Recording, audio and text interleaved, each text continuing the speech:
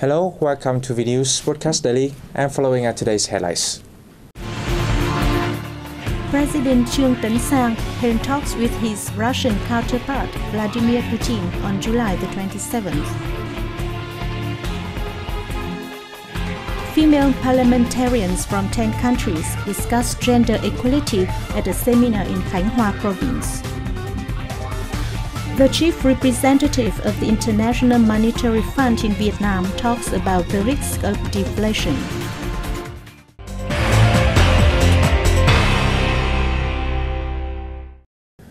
President Trương Tấn Sang held talks with his Russian counterpart Vladimir Putin in Sochi City on July 27th.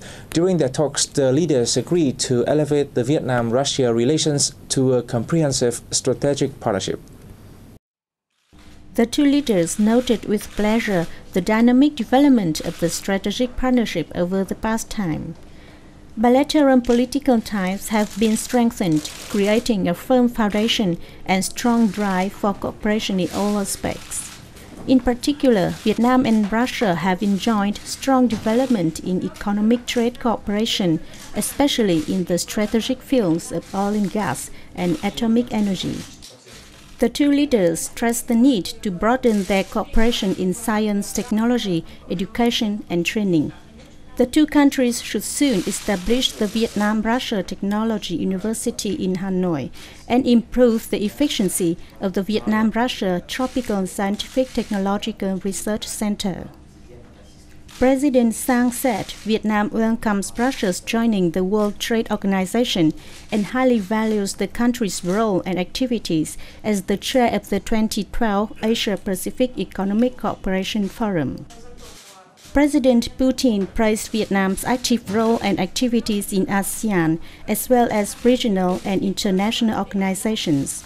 He asked Vietnam to continue working as a bridge for the strengthening of Russia's relations with ASEAN and other regional mechanisms with ASEAN as the core. The two sides issued a joint statement on the enhancement of the comprehensive strategic partnership between Vietnam and Russia. Minister of Culture, Sports and Tourism Hoàng Tuấn Anh is paying a visit to the United Kingdom from July 26th to 29th. On July 27th, Anh met with the Mayor of the City of London, David Wootton. Minister Anh called on UK investors to boost investment in Vietnam, thus furthering the strategic partnership signed between the two countries in September 2010. He also wished the UK success in organizing the 2012 Olympic Games.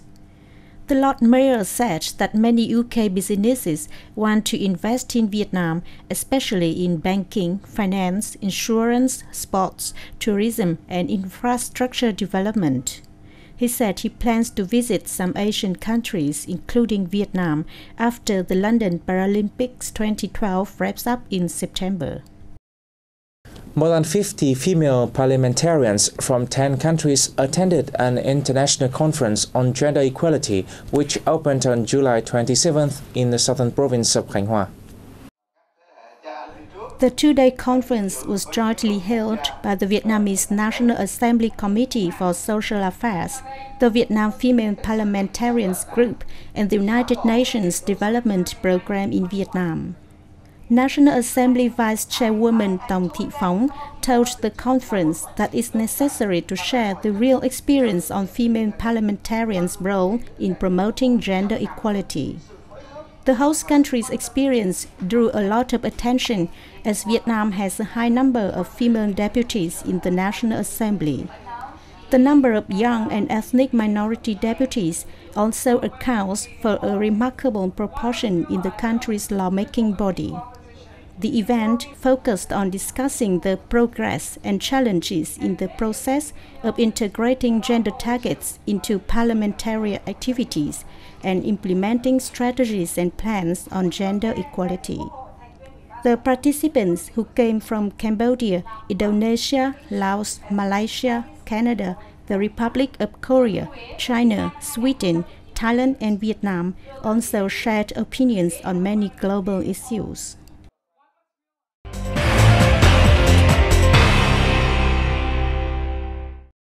The General Statistics Office has announced that the Consumer Price Index in July fell by 0.29% against last month. The minus CPI growth in 2 consecutive months has raised concern about the risk of deflation. VNews reporters have interviewed the chief representative of the International Monetary Fund in Vietnam, Sanjay Kalar, on this issue. Vietnam's CPI in recent months continuously reduced, and some concerns about the deflation. How do you think about that? Actually, 2 months, month on month, headline inflation has gone down. In the month of June and July, the headline inflation went down by 0.3%.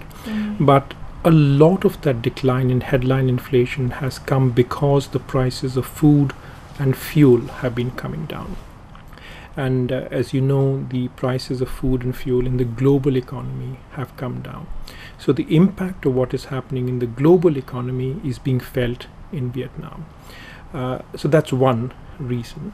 The second reason, and the second way to understand it is, once you take out these global factors, the underlying inflation, which we call core inflation, has actually been increasing month on month.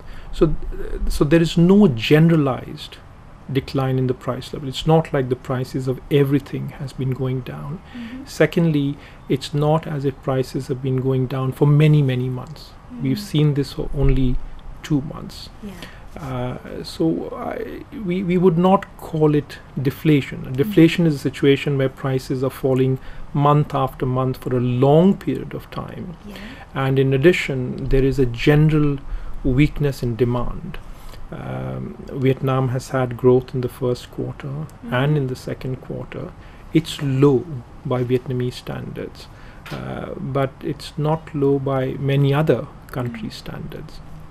Also, during the rest of the year, once the comparison to the very high inflation of last year goes away in the next few months, we should expect to see a turnaround in month-on-month inflation.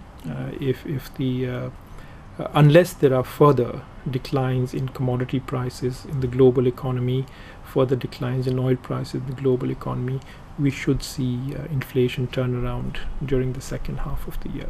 So we don't think that Vietnam is in a deflationary environment. Demand might be a bit weak because of external factors, also because the economy is readjusting from a period in which it grew very fast, and maybe a little too fast because of very rapid credit expansion. But we don't take the view that we are in the middle of deflationary conditions. As you said, Vietnam are now not facing with the deflation. If CPI continue to reduce, how do you think about Vietnam should do to prevent from the deflation? Well, first of all, I think a few months of reduction in prices, in headline inflation, if most of it is coming from the global economy, it does not necessarily mean that demand conditions in Vietnam have become very weak. I think growth has been a little bit slow. There are concerns about the enterprises. There are concerns about investment being a bit slow, consumption being a bit slow, but this is not a situation of generalized decline, generalized deficiency of demand. Vietnam has a young population. It has a growing population. So those factors, which are the long-term trend factors, will have an impact on demand, and they will help to boost demand. Also, as the impact of some of these policy rate cuts feeds into the system, and if something can be done to improve the health of the banking system very quickly, so if there are structural reforms that can take into account the problems in the banking system and in the state-owned enterprise sector, then we should see a rebound in the economy. Thank you very much. In the first 7 months of this year, industrial parks in Hanoi saw a strong rise in investment despite the general difficult economic situation. The parks attracted a total of $271 million of investment in both foreign and domestic projects, a 3.8-fold increase year-on-year. Turnover of industrial parks in Hanoi reached almost $2.2 billion in this period, representing a rise of 12.4% against the same period last year.